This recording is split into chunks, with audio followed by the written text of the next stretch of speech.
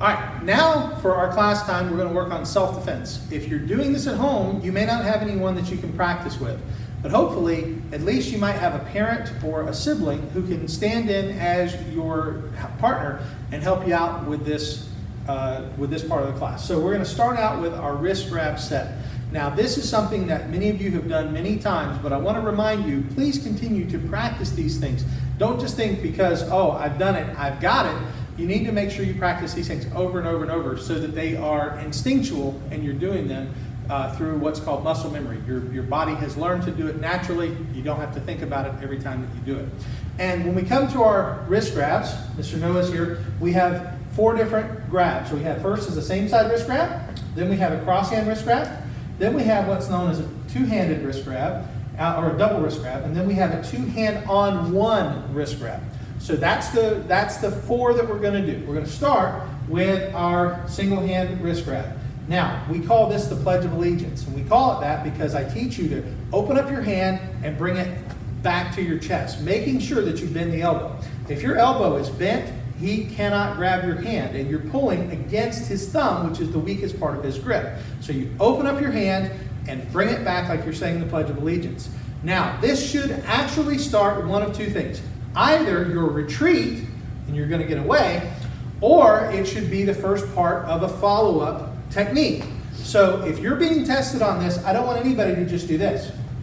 Because if all you do is escape, then you really haven't benefited. He's just going to grab you again, or now he's going to be even more upset and he's going to try to hurt you. So if he grabs you by the wrist, it should either be escape and prepare to run, or it should be here and here. Now, for advanced students, I like to turn this into a trap. So as I bring this hand back, I'm going to grab here, because now I can apply a lock. So for advanced students, as you're bringing your hand back, take your other hand and grab. And now it becomes more than just an escape, but it becomes a technique.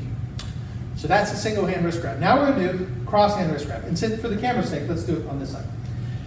On the cross hand wrist grab, we are going to, you could pull against the thumb and escape, similar to the way you did before, but because of the situation and the position, I want to avoid that hand. So what I'm going to do is I'm going to bring this hand like this, and I'm going to bring my hands together. We call this the prayer position because it looks like the position we take when we pray. As I bring my hand up to here and I bring to this prayer position, I'm going to step to the outside and widen my hands. So now, even if he tried to hit me, I'm sort of in his way. So, or he's in his own way, rather. Now I'm going to push just like this, okay? So again, my hand is here. Most likely he's going to be doing something with that other hand, either hitting me or threatening me. I'm going to go away from that, and I'm going to push off. Now here's the thing you have to be careful of. He has a hinge joint right here called the elbow. It's very easy to injure. So what you don't want to do, moms and dads, pay attention when they're practicing. They don't want to come up and slap this. Now, if it were a self-defense situation, you might want to do that. But in practice, you never want to come up here and smack the back of the elbow, because you can cause a hyperextension or even worse.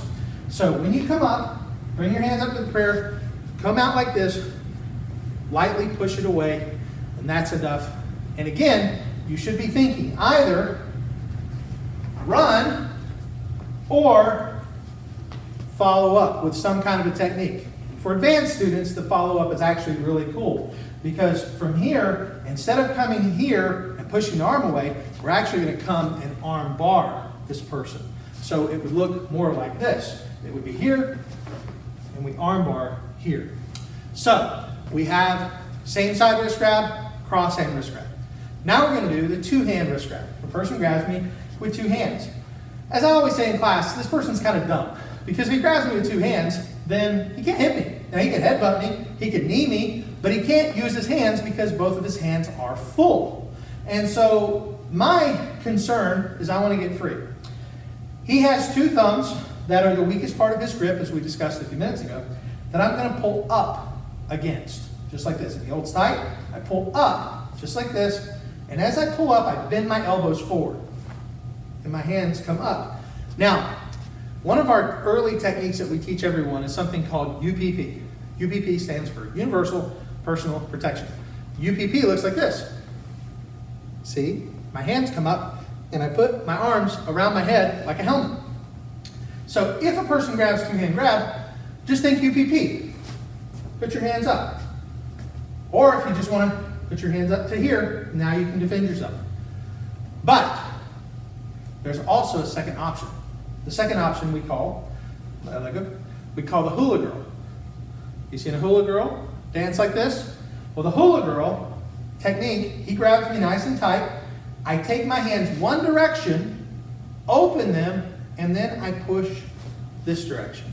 So again, it's 1, 2. And again, I can follow up here or I can run. And hula girl works both directions. I can go this way, I can go this way. Essentially what I'm doing is I'm rotating out of the hold. I'm rotating out of the hold. So that's a defense against a two-hand grab. Now lastly, we have a two-hand on one. This guy is really dumb because while the first guy had you grabbed with one hand on each, this guy has left you a free hand. So you could just smack him like one of the Three Stooges, but that's not the way we're going to do this technique. If he grabs me with two hands, what's likely is that he's either holding me to drag me somewhere, so he's actually pulling me, or there may be somebody grabbing my other hand. But for now, we're not going to consider that. We're just going to consider he's got me grabbed with two hands. Most likely he's pulling me somewhere. I got to deal with that. So I'm going to get really nice and strong. I'm going to create a base with my legs. And the way I do that is essentially go to my back stance. If I go to my back stance pull, I'm nice and firm on the ground, nice and strong. Whereas if I were just standing here and he pulled, I would be pulled forward. But when he goes to pull, if I go to my back stance, I'm nice and strong. Now I'm going to use this hand. I'm going to go over and grab my fist. And I'm going to pull out. I'm going to leave my elbow up. And the reason for that is in case he comes forward, my elbow is right there to meet his return. So again, as he goes to pull me back, the first thing I do is I get in a good back stance. I grab my fist. We call this go fishing. This is my hook. I'm going to hook the fish, pull him out, and extend my elbow to make sure that I'm safe. So that's the four positions, or the four techniques for the four positions with our wrist grab drills. At the higher you go, the better these should look, and the more follow-ups you should be able to do. Consider the ways that you could add some follow-ups, advanced students. If a person's got you grab like this, you go to a back stance, boom, you could do a back fist, you could do a side kick, you could even spin and kick, depending on what your favorite techniques are. When you're doing your test, I want to see you follow up. I don't want you to just say, I escaped and I'm done. You should follow up every technique. So that's our wrist grab set.